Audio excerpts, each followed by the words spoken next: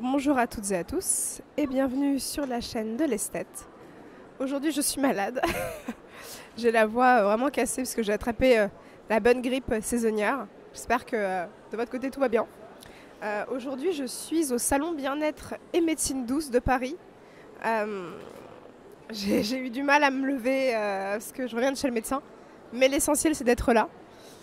Aujourd'hui donc qu'est-ce que ce salon? Ce salon-là met en avant des exposants, des coachs, des entreprises qui vendent principalement des produits naturels ou des prestations de services, comme par exemple des massages Reiki, des séances énergétiques, des marques qui vont proposer des produits naturels et des super aliments comme de la superfood aussi, comme par exemple de la spiruline, qui est donc un super aliment qui contient énormément de vitamines, de protéines et d'oligo-éléments, il me semble. Peut-être que je vais interviewer quelques personnes sur le stand, sur le salon, pardon, pour expliquer un petit peu ce qu'ils peuvent proposer, ce que c'est, si ça vous intéresse. En tout cas, moi, c'est un domaine qui m'intéresse énormément.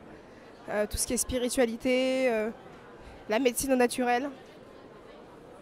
Donc voilà, on va s'intéresser un petit peu à tout ça. Et on va voir aussi quelles sont les personnes qui me regardent avec un regard plutôt bienveillant et qui seraient à même de se faire interviewer et ouvert à la discussion. Donc voilà. On va commencer par une question. On va commencer par une question, c'est mieux Landry. Donc je suis avec Landry qui est praticien en médecine traditionnelle chinoise et qui va donc nous expliquer pour les plus pragmatiques d'entre nous qui nous écoutent qu'est-ce que la médecine traditionnelle chinoise, en quoi ça consiste et depuis combien de temps elle existe. C'est une question qui est sur mon questionnaire. Alors, la médecine traditionnelle, il faut que je le prenne? Oui. Ah ok. Alors la médecine traditionnelle chinoise, elle existe depuis a priori 3000 ans. C'est les Chinois à peu près qui disent qu'ils l'ont inventé ou en tout cas démocratisé. Je vais faire un peu de spoliage en fait pour répondre à la question. J'ai répondu à côté. Déjà, et donc quand a été fait le premier acte d'acupuncture? C'était ma question en fait. Et le premier acte d'acupuncture a été fait par un Cro-Magnon. Et non pas par un Chinois. En fait, le Cro-Magnon était bête, un peu nous, bête non, il est instinctif, on va dire plutôt. Quand vous avez mal quelque part, vous mettez la main dessus, vous frottez, vous faites n'importe quoi. Mais le Cro-Magnon, il avait un peu mal quelque part, il a pris un os, il l'a taillé, il se l'est planté dedans. Voilà, boum, terminé. Et le truc est marché. Premier acte d'acupuncture. Ça ne veut pas dire que non plus il l'a référencé, mais ça a été le premier acte. Après, les Chinois, bien sûr, ont trouvé que dans le corps humain, il y avait un réseau de sang et il y a aussi un réseau énergétique. Et qu'on pouvait intervenir sur ce réseau énergétique pour régler des problématiques de désordre dans le corps humain. Voilà. Donc il a cartographié ce corps avec 12 méridiens, plus des curieux, qui vont répondre à des fonctions énergétiques, comme l'estomac, le foie, le cœur, la rate, etc. Et on va agir sur des portes d'entrée dans ce méridien-là pour activer ou diminuer une énergie dans un méridien ou dans un organe qui est trop actif. Voilà. Tout l'objectif de la médecine traditionnelle chinoise, c'est de retrouver un équilibre, que vous soyez en équilibre. Quand il y a déséquilibre, il y a désordre. Si je vous mets si vous avez une jambe plus petite que l'autre, vous allez avoir un désordre à terme, ou vous allez avoir mal au dos, parce que vous allez marcher que sur un pied. Si vous ne regardez que d'un œil et pas de l'autre, il y en a un œil qui va s'affaiblir. Donc dès qu'il y a déséquilibre, il y a désordre. Donc tout l'objectif de la médecine chinoise, c'est de rétablir l'équilibre pour que le désordre s'en aille et que la circulation de l'énergie se fasse de façon qualitative, de haut jusqu'en bas et de bas jusqu'en haut et de gauche à droite. Et naturellement. Qu'est-ce qui peut amener un déséquilibre dans le corps humain? Est-ce que ça va être que le côté mental ou il y a aussi le côté physique, les virus, les agressions extérieures, la pollution? Selon vous? La première chose, le premier déséquilibre, c'est les femmes. C'est vous qui vous nous déséquilibrez. On va être obligé de compenser et d'équilibrer. Non, mais tout est une forme d'équilibre. Dès que le matin vous vous levez, est-ce que vous avez envie de vous lever pour aller travailler? Non, c'est un déséquilibre. Vous y allez parce que vous avez besoin d'argent pour vivre. Tout est une question de déséquilibre. Donc au quotidien, on ne fait qu'à cibler des déséquilibres. Vous avez une jambe comme lui, une jambe plus petite que l'autre. Vous vous adaptez, vous vous équilibrez. Vous avez une force plus grande dans la gauche ou plus droite. Vous maintenez cet équilibre. Et c'est pareil pour tout. Si vous mangez trop, eh ben, vous allez mal digérer. Si vous mangez correctement, vous allez digérer correctement. Enfin, si vous êtes en déséquilibre, vous allez créer une pathologie. Et donc, auquel cas, une pathologie qui va être, ensuite après, une conséquence et un mot qui va être plus ou moins douloureux. Donc, selon vous, Landry, tout peut amener à un déséquilibre finalement dans le corps, et que ce soit le côté mental ou l'alimentation ou autre. Et du coup, la médecine traditionnelle chinoise, elle va s'attarder donc sur des méridiens avec des points d'acupression / d'acupuncture. Est-ce qu'il y a aussi, parce que moi c'est ce que j'avais fait, des tisanes, du coup des infusions à base de racines, de plantes qui peuvent aussi aider à ramener un certain équilibre dans le corps humain? Alors, la médecine traditionnelle chinoise est comprise, il y a 3 univers dans la médecine traditionnelle chinoise. Il y a effectivement l'acupuncture qui est un outil, vous avez le massage qui est un autre outil, et vous avez la diététique et l'alimentation.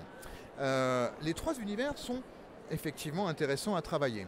En France, lorsqu'on va voir effectivement un praticien en médecine traditionnelle chinoise, on va pratiquer à 98% les actes d'acupuncture pour 2% de produits phytothérapiques. En Chine, c'est le contraire. C'est-à-dire que ça va être 98% de plantes pour 2% d'acupuncture.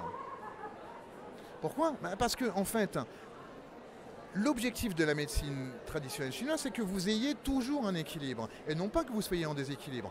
Donc, de maintenir cet équilibre. En Occident, on va chez le médecin quand on est malade. En Asie, vous allez chez le médecin quand vous n'êtes pas malade, pour que justement vous ne tombiez pas malade. Donc là, vous payez. Vous allez au médecin, il rééquilibre les énergies, vous payez. Vous tombez malade, vous allez au médecin, vous ne payez pas. Il a mal fait son travail, vous ne payez pas. C'est notre approche quand même. Donc nous, on vient en France pour du curatif, enfin en France, en Occident, on vient pour du curatif, et le curatif est que du curatif. Vous avez mal à la tête, un aspirine, terminé, hop. Mais 2 heures plus tard, ça repart. Ok. Donc on n'est que sur du curatif, sur les conséquences, mais jamais sur la causalité en fait. Et la causalité, c'est déjà d'avoir un équilibre alimentaire, de tout, hein, au niveau de la santé, du sexe et tout. Il faut avoir un équilibre. Dès qu'il n'y a pas d'équilibre, il y a un problème. Il y a un problème. Il y aura un problème. Vous mangez trop, vous grossissez. Vous mangez pas assez, vous devenez anorexique. Je sais pas, vous n'avez pas suffisamment de relations sexuelles, vous devenez complètement débile et peut-être même un violeur. Enfin bref, il y aura un déséquilibre. Donc si vous n'avez pas votre équilibre, vous allez avoir une pathologie. Et le corps, lui, il va être impacté par la pathologie, soit mentale, avec quelqu'un qui va venir vous agresser en disant que vous êtes bien ou pas bien, ou même votre corps, parce que vous allez l'agresser à gambader, je sais pas moi, tout nu alors qu'il fait 2 degrés dehors, vous allez forcément avoir une pathologie. Et contrairement, si vous mettez une doudoune avec un bonnet alors qu'il fait 45 degrés, vous allez avoir une autre pathologie d'insolation. Donc, tout est une question d'équilibre. Et si vous ne maîtrisez pas votre équilibre, vous allez aller dans le mur. Alors le corps est fait pour adapter en fait un déséquilibre. Il est capable de s'adapter, de dire ok, j'ai une jambe plus petite que l'autre, je veux compenser un petit peu. Mais compensation plus compensation, et au bout de 40 compensations, ça tombe. Donc finalement, Landry, c'est ce que disait Germaine Cousin, je ne sais pas si vous connaissez, c'est notre mamie suisse qui vient de Suisse. Moi j'ai regardé un reportage sur elle, et elle disait qu'il faut soigner la santé, c'est-à-dire justement avoir une certaine discipline dans son quotidien, donc appliquer quand on est en bonne santé, prévenir, vaut mieux prévenir que guérir, cette fameuse phrase. Bien sûr. Donc en médecine chinoise, vous le confirmez aussi. D'ailleurs, c'était très intéressant la petite anecdote sur le fait que les Chinois, quand ils vont voir un médecin, en médecine traditionnelle chinoise, ils y vont quand ils sont en bonne santé, pour garder cette santé la plus longtemps possible et ne jamais tomber malade, justement. Et quand ils tombent malades, ils ne payent pas puisque le médecin n'a pas fait assez de prévention, finalement. Et donc du coup, une personne qui serait assez pragmatique et qui dirait oui, mais moi je n'y crois pas pour des choses très lourdes comme des cancers ou des grosses pathologies. Est-ce que vous pensez que les médecines douces et les médecines douces travaillent en collaboration avec la médecine allopathique? Est-ce que ça peut soigner éventuellement des grosses pathologies? Qu'est-ce que vous en pensez sur cette thématique-là? Moi je pense que toutes les médecines devraient être interactives, c'est-à-dire qu'on devrait demander l'avis à chacun et que chacun y mette son avis et que à partir du moment où on a tous les avis sur la table, on prenne une décision. Aujourd'hui c'est malheureusement pas ce qui se passe, c'est qu'aujourd'hui on est effectivement très dans l'allopathique et avec une décision allopathique en fait. Donc répondre à votre question, est-ce qu'on peut soigner différentes pathologies avec des médecines holistiques? Probablement. Après, est-ce que je peux vous l'assurer? Non. Parce que ça dépend du terrain, ça dépend de la possibilité, ça dépend de quand ça a commencé. Mais par contre, je pense que toutes les médecines holistiques sont des accompagnateurs de toute la médecine allopathique.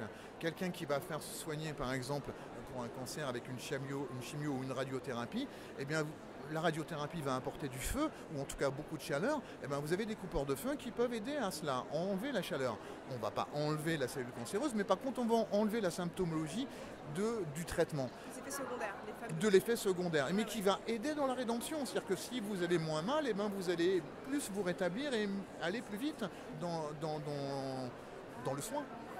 Donc, il faut les prendre l'un avec l'autre. Il n'y a pas une meilleure que l'autre, je pense, parce que chacun réagit différemment en fonction de ses mots et de ses croyances aussi. Hein. Il y en a qui croient, comme vous disiez, qui croient et qui ne croient pas. On ne va pas le violenter et l'accrocher avec des sorts d'œuvre pour le faire valider, quoi. S'il ne veut pas, c'est pas la peine. Il y a certainement d'autres sciences à laquelle il sera en résonance. Hein. La danse, le chant, l'hypnose, j'en sais rien.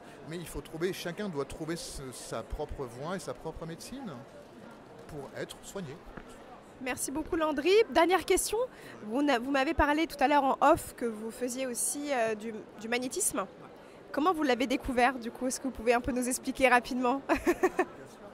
Alors, par le plus grand des hasards, moi je suis un cartésien, donc Saint Thomas. Je crois que ce que je vois quelque part. Et en fait, un jour, j'étais dans ma voiture et j'écoutais la radio, donc numéro 1, numéro 2, numéro 3, mais en fait, il n'y avait aucune chaîne qui m'intéressait. Et je tourne le bouton de la radio et je tombe sur une radio qui s'appelle Ici et Maintenant, qui émet à des heures précises de la journée. Et il y a un mec qui parlait et qui disait, qui parlait justement des gens qui ont des dons et qui dit, c'est la 7e fille de la famille ou on sait rien, qui a vécu et dormi à Brocéliande, enfin voilà, qui avait une incidence générationnelle en fait sur le don que vous avez. Et moi j'étais dans ma voiture, je dis moi aussi je l'ai appris comme ça, oui c'est ça. Et il fait non, je vais vous l'apprendre. Voilà, moi j'étais super étonné, je dis quoi, ça s'apprend ça, les dons ça s'apprend. J'ai dit ok, donc j'ai effectivement envoyé un chèque à une boîte postale pour apprendre le truc. Je me suis rendu à cette formation, j'ai fait la formation et ça m'a parlé tout de suite, hein, parce que j'ai été pertinent tout de suite. Et voilà, c'est comme ça que je l'ai découvert en fait, par la formation, par quelqu'un qui m'a formé en fait sur la technique. Maintenant, le magnétisme, il y a une technique, parce que dans tout il faut technique, hein, pour courir, pour marcher, pour scier un bout de bois, il faut une technique. Donc il faut de la technique. Mais par contre, il faut des compétences. Tout le monde est capable de courir, mais tout le monde n'est pas Usain Bolt, hein, on va dire. Donc il y a des compétences personnelles. Et ce qu'on appelle les compétences personnelles dans l'holistique de ceux qui vont être en connexion de magnétique, ça va être sur le vibratoire. C'est-à-dire plus votre taux vibratoire va être important et plus vous allez avoir des compétences holistiques. D'accord. Une belle ouverture d'esprit. Merci beaucoup Landry pour cette discussion. Puis je vous souhaite une très bonne fin de journée, un bon salon. Merci.